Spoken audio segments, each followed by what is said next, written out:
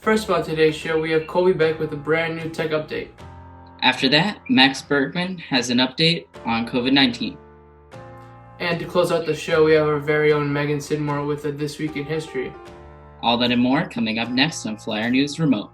True good lies inside my mind, leaving awake in the moonlight, past the trees and out of sight. I'm going back home. Only face I know is a face I see. Only place I know is inside of me. Home in me.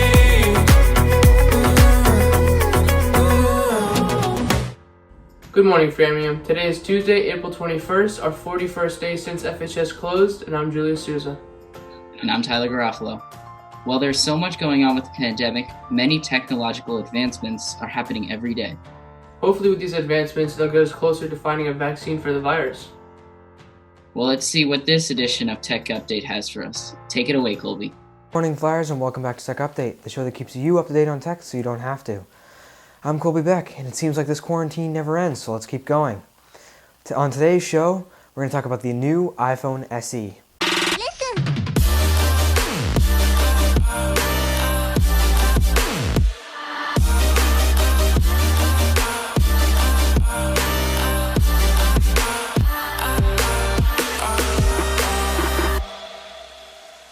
I personally own an iPhone 8 that is almost 3 years old now. With it aging, it does get a little bit slow, but still feels fast, just like the new 11 series. Apple released the new iPhone last week. The new iPhone SE is pretty much the exact same physical design as the iPhone 8 from 2017, with a 4.7-inch display and a large top and bottom bezel.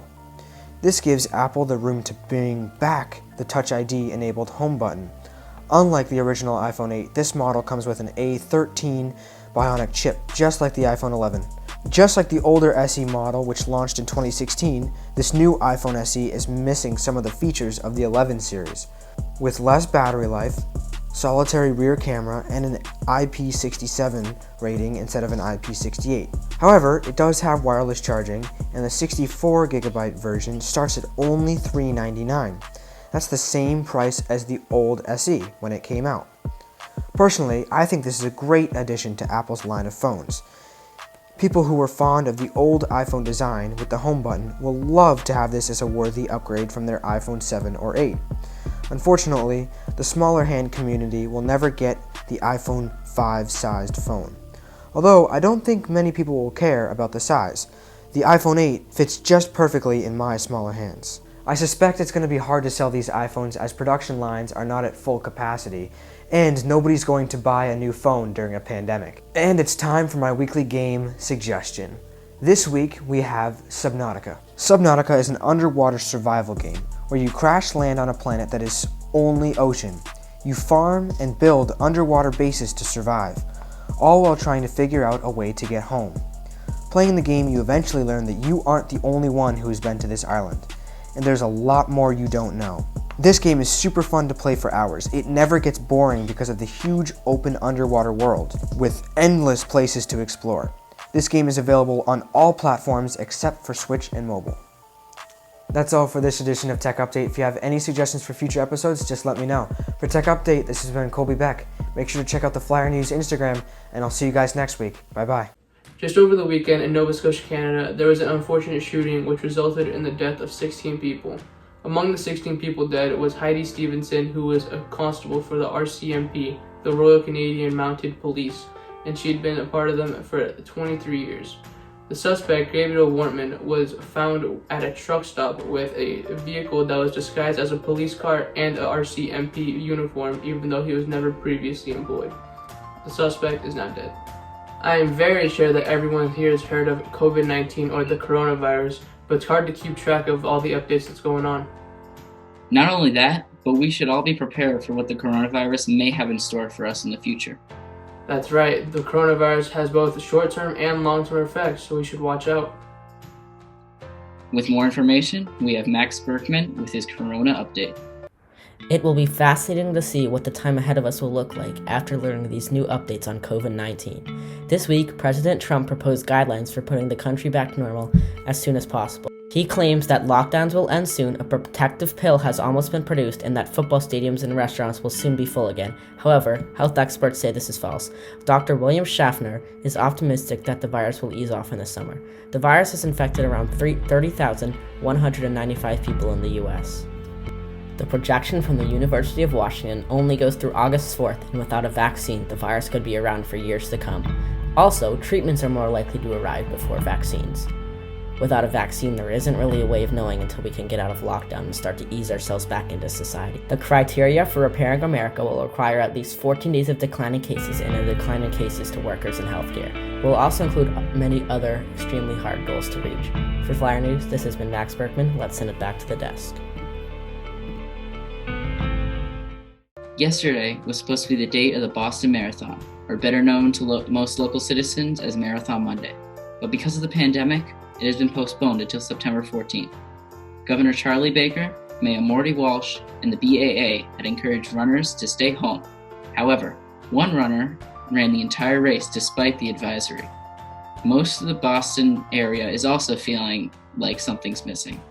I hope this pandemic can end swiftly so we can get back to watching or running the Boston Marathon. There's so much going on daily, just like the pandemic that we're going through right now. There was also so much going on years ago during this same time of year. With all the events that have happened within the past year, it's kind of hard to keep track of all the previous events. Luckily for us, Megan Sidmore has a brand new edition of This Week in History, where she highlights most important events from the past.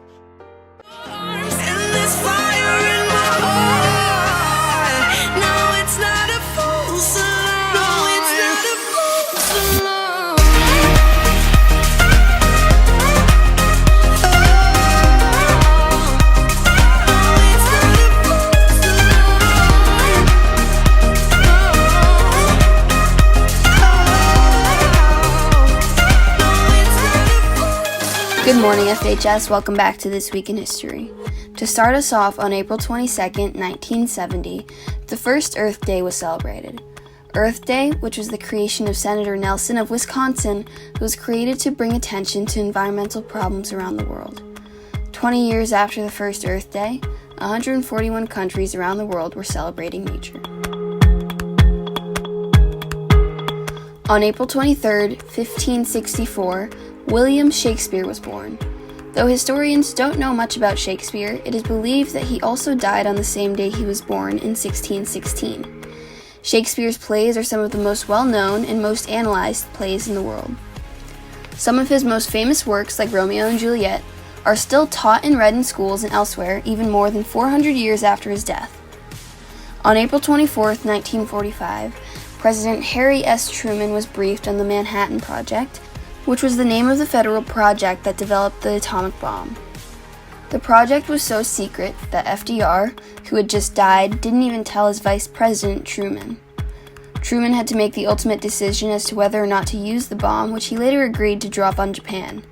The move was an attempt to scare the Soviet Union, but it ultimately launched the US and Soviet Union into the Cold War. On April 26, 1986, the Chernobyl nuclear power plant exploded, killing 32 workers immediately and spreading radioactive materials into the atmosphere. Workers at the nuclear power plant had made a series of mistakes that ultimately caused a chemical, not nuclear, explosion. The radiation contaminated forests and farmland, and thousands of people suffered radiation-induced illnesses in the years after the explosion. That's all for This Week in History. For Flyer News, I'm Megan Sidmore.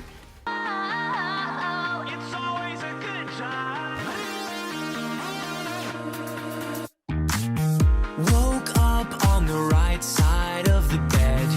What's up with this Prince song inside my head? Hands up if you're down to get down tonight.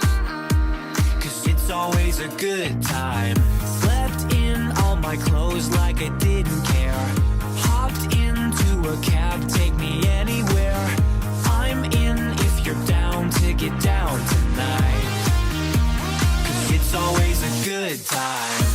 Good morning and good night. I wake up at twilight.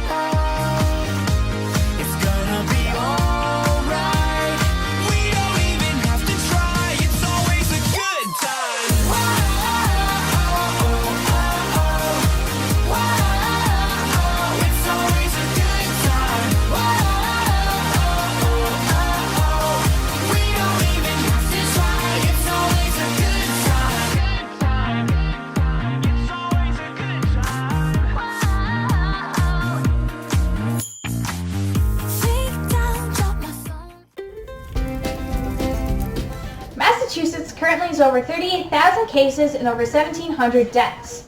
Health officials are still warning people to stay home as much as possible during this time, as our daily cases and deaths are still rising.